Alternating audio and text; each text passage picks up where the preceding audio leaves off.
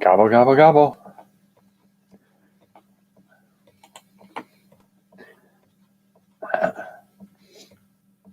What is it?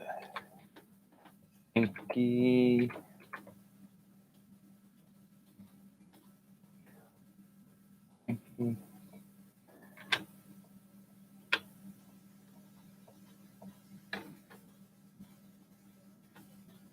Mickey Hapsgiving.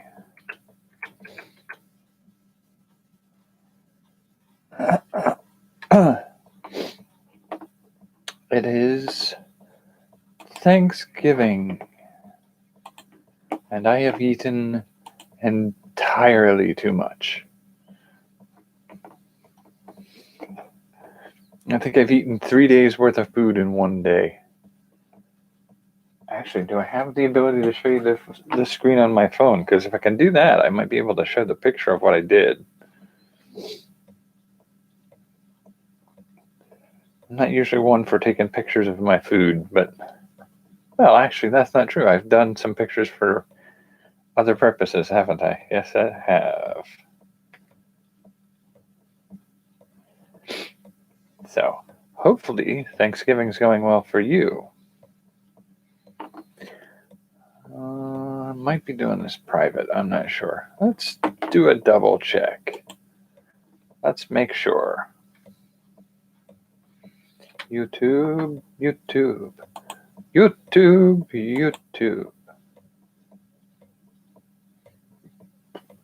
Ooh, yeah, that's the other hazard of eating too much. There's no room for it to be stored in your guts.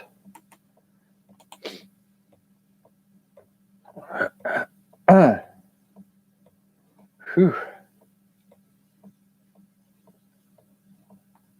Okay, so where are we at? Whew.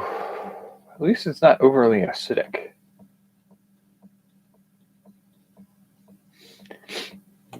Videos. We are currently publicly live. Yep. All right, cool. So, yep, phone turned off in the meantime.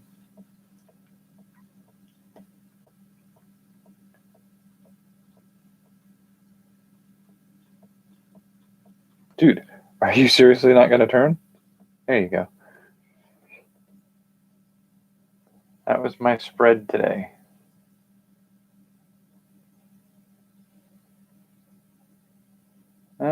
Doesn't want to focus.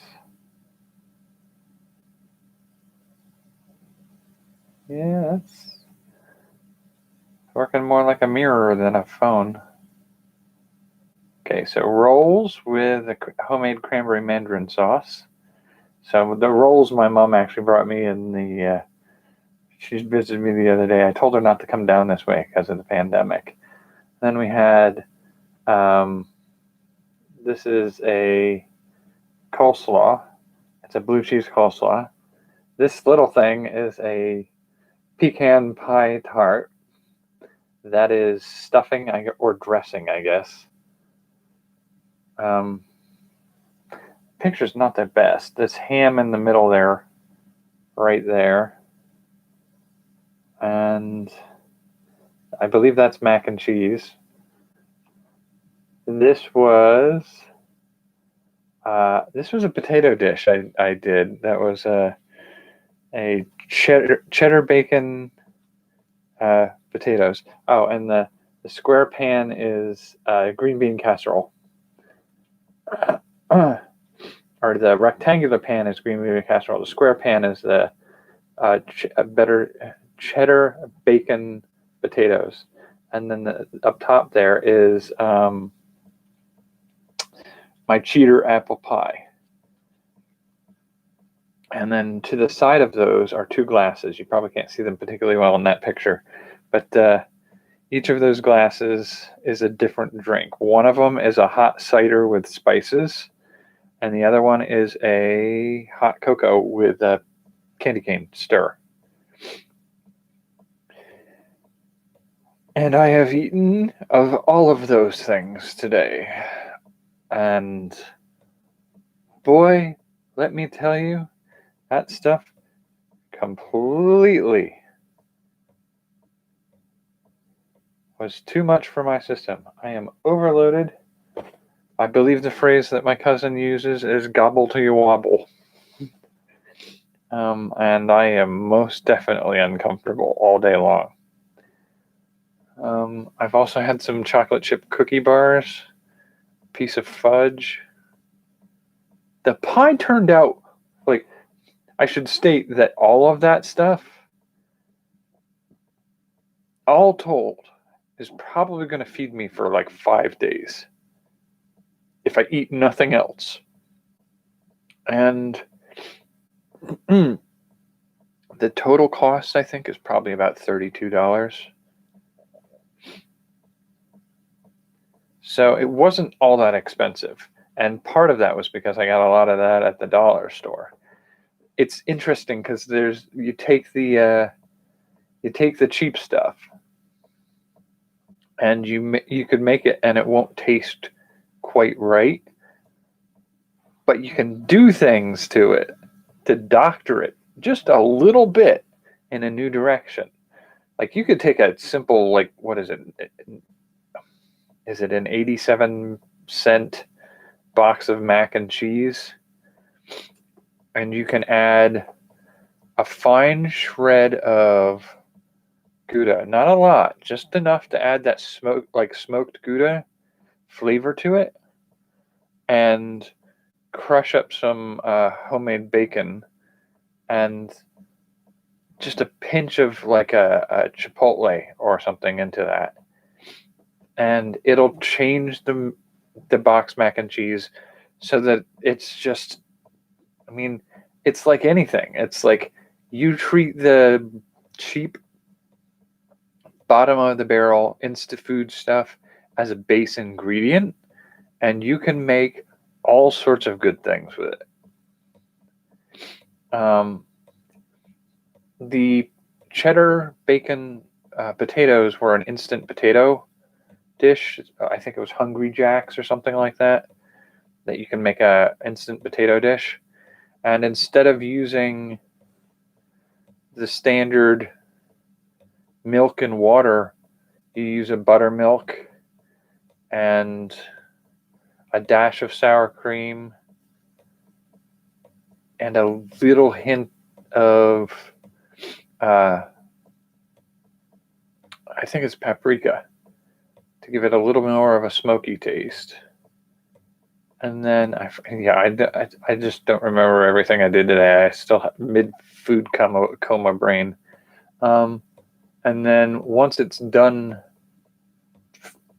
preparing, you sprinkle on top of it some shredded Monterey Jack and sharp cheddar with a touch of taco seasoning mix. And it does a world of difference to change that dish from an instant box stuff that has that slightly plasticky cheese taste to it. The green bean casserole is a dish I've been waiting to do a long time, and it's one of those things you don't realize. The dish is super simple, but every little thing has to be right. Because one of the things I did was, I think even with that one, instead of using, I thought it was like a 3/4 cup of milk with the condensed cream of mushroom soup and 2 cans of green beans, and then 3/4 of the pack of French's onions. Whatever they tell you to use, the fried onion bits, you're using too little. You need much more of those.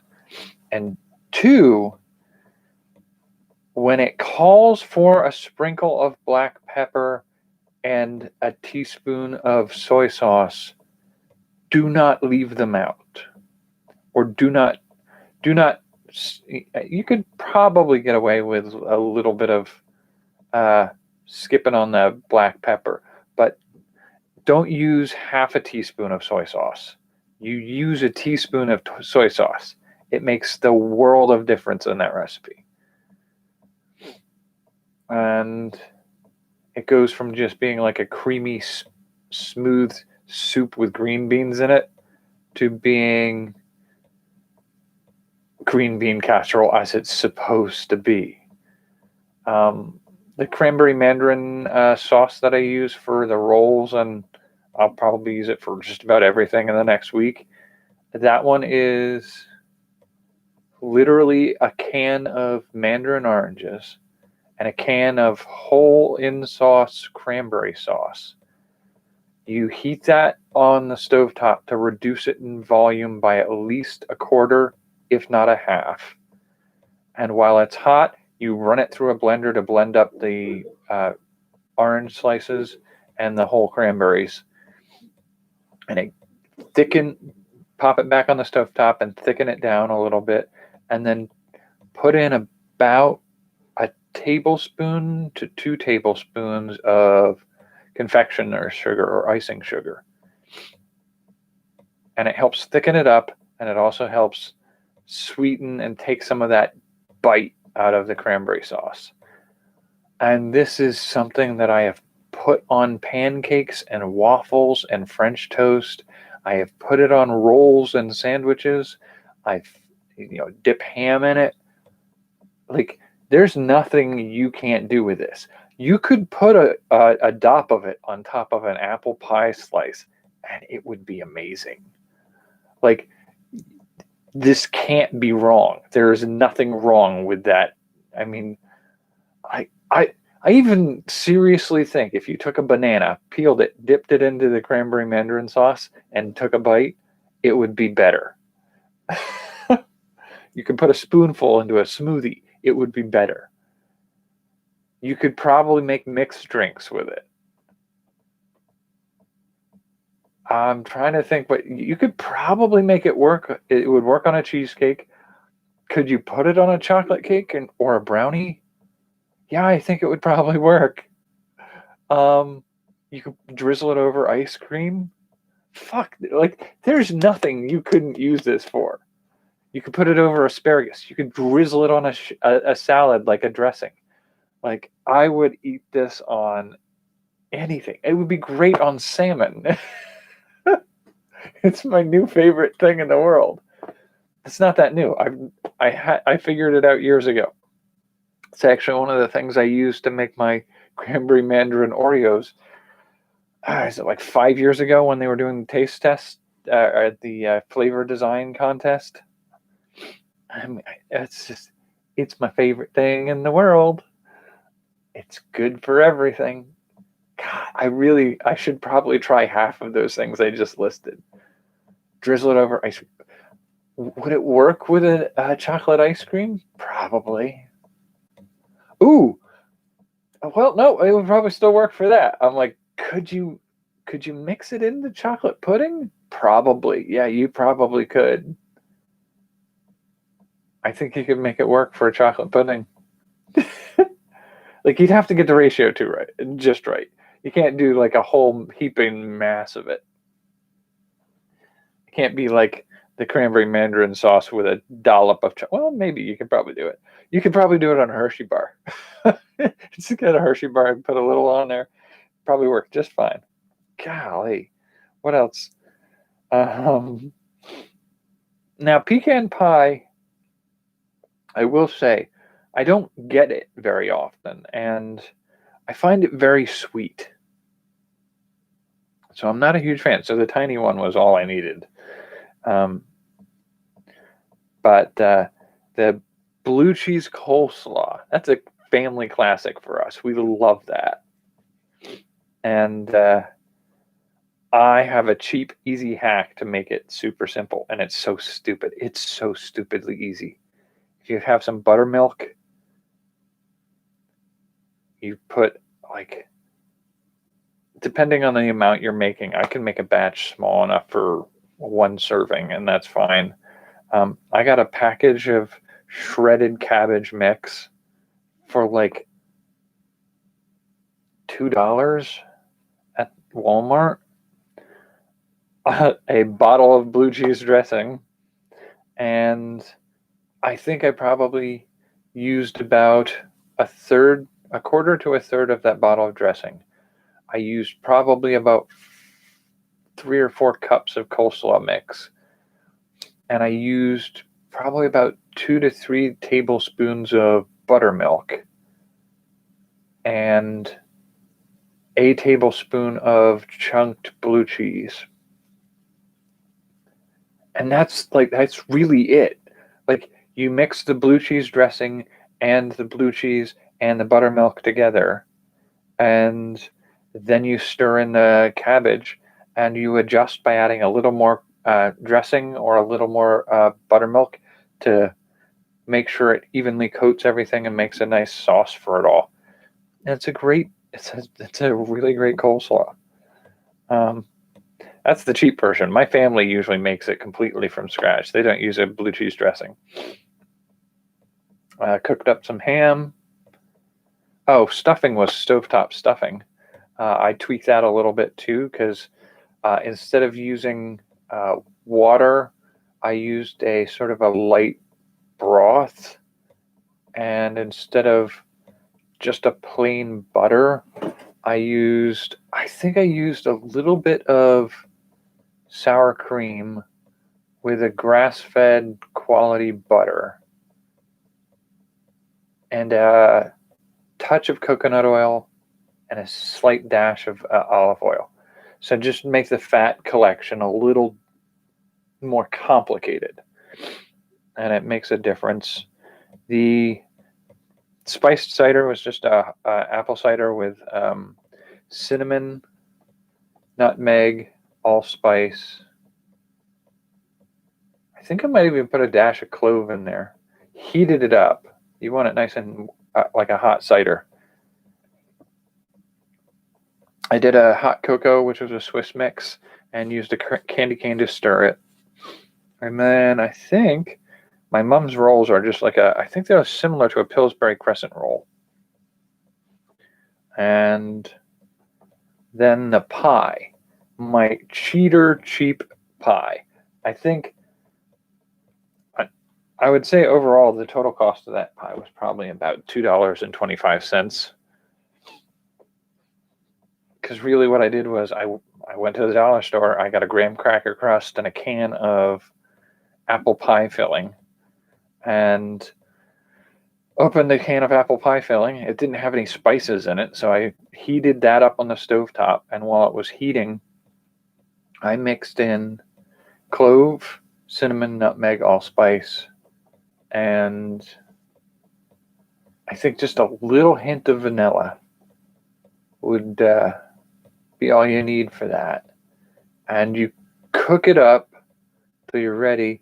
You pour it into the graham cracker crust, which doesn't need to be cooked.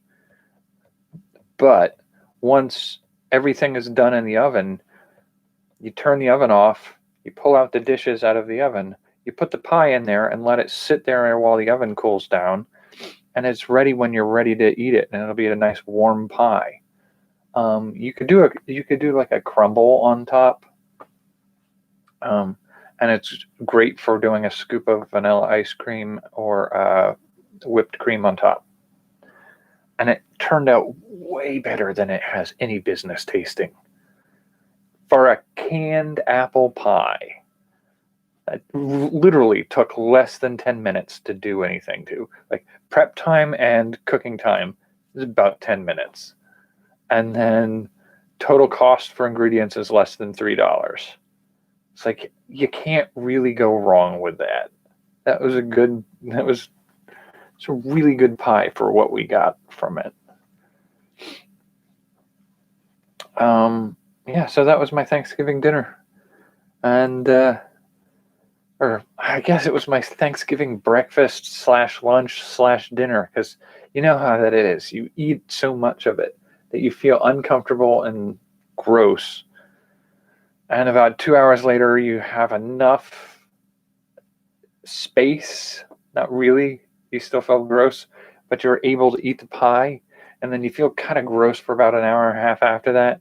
You go to clean up your dishes and you're picking at it and eating it still. Like, you're full, you feel gross, but you're still picking at it and eating it. It's just like, oh, I feel so horrible. I sent a picture of the meal that I made, and we just talked about all the making of it. I sent a picture of it to my boss and stated, can I come to work in sweatpants for the next few days? Because I don't think I'm going to be able to make it. Because, oh, I'm so uncomfortable. I'm so uncomfortable. It's not a good thing. I hope your Thanksgiving was great. I've been saying thank you, Hapsgiving to a lot of people. And there's a bit of a joke with that one, too. It's sort of, I did it at work to all the customers. I said, thank you, Hapsgiving, and nobody called me on it. Nobody let me know that I was doing it wrong, even though I knew what I was doing. So I sort of joked around with my boss. I said, I don't know if they're being polite or if they're just not really noticing. She's like, noticing what? And I said, I keep saying thank you, Hapsgiving. And what? It's swapping the thank from giving and the hap from happy. And it's thank ye, Hapsgiving. And she just giggled about that and said, I worry about you. And I said, yeah, I worry about me too. I live in the same house with me, and if I become too sane, I don't know if I can live with myself. But yeah, I also want to make sure that I let everybody know that I'm thankful for their roles in my life, and I hope you're all doing well, and that it's been a hard year, but those of us who are still kicking around have a lot to be thankful for, and it might be hard to see it, but I, for one, am thankful that we are where we are and have the chance to set a course for better tomorrow. So I think that's sort of where I want to leave it tonight. It's a short one. I just wanted to say happy Thanksgiving and rant about my rave, I guess. Is it a rave or a rant? I don't know. The obligatory gobble till you wobble is, I guess, what we'll go. Till you wobble, wobble, wobble. Anyway, I want you to take care and happy Thanksgiving.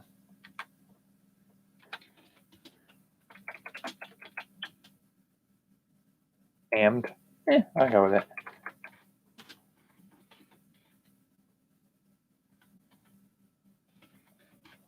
Seems like a fair way to go.